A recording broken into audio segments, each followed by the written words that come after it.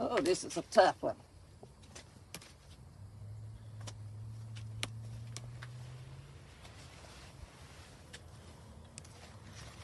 Woo, that was a heavy one. I'm Gwen Causey, and I grew up on a tobacco farm not far from here.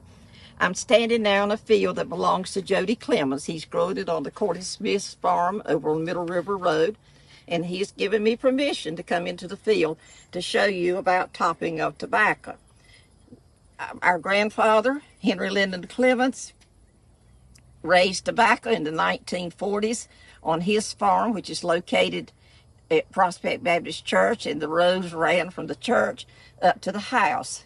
During the 1950s and 1960s, our parents, Edwin and Theodosia Clemens, also grew tobacco in that same field of his father's, and also over at a place called Beaver Dam, which is now the sanitary landfill.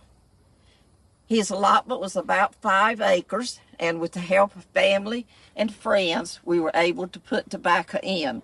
We stayed with the farm, with the tobacco, from the time that we put the plants in the ground until it was dried out, tied, cured, and then taken to the market for sale. Many of the jobs that we had, one of them was the topping of tobacco. Well, the question is asked, why do we want to top tobacco? Why take out these pretty flowers that add to the beauty of the area? Well, one thing, they're really not necessary. They only draw water and nutrients up that takes away from the leaves. And also, like we just had a heavy rain, if the ground is soft, and so therefore if the winds come, they do nothing but collect the wind, and then that helps to blow them over.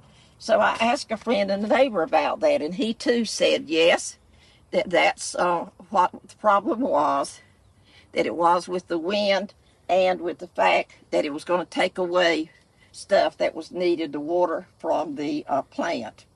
Well, we thought that our mother always did it as punishment. She was the boss lady in the field, and she was the one who did all the guiding and telling us which road to get on, and also keeping us kids from fighting and killing each other.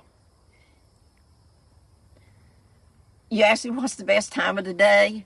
Well, we thought it was knock time.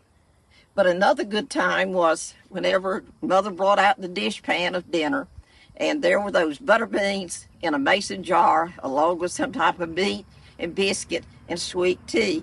But you know, really for me, the best time of the day came about 10 o'clock in the morning. And that's when we would see Daddy coming to the end of the field. And in the truck, he would have some type of cola or square dabs. And so this was our break time. Some chose Pepsi, some chose Coke. A lot of people chose to go with RC Cola and moon pies.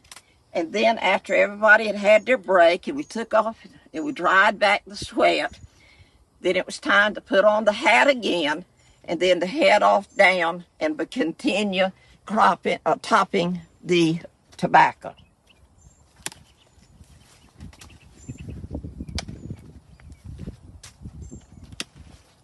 Suckers.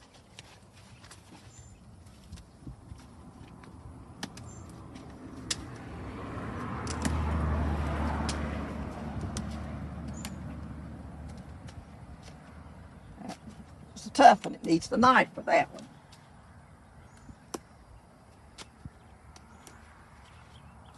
Man.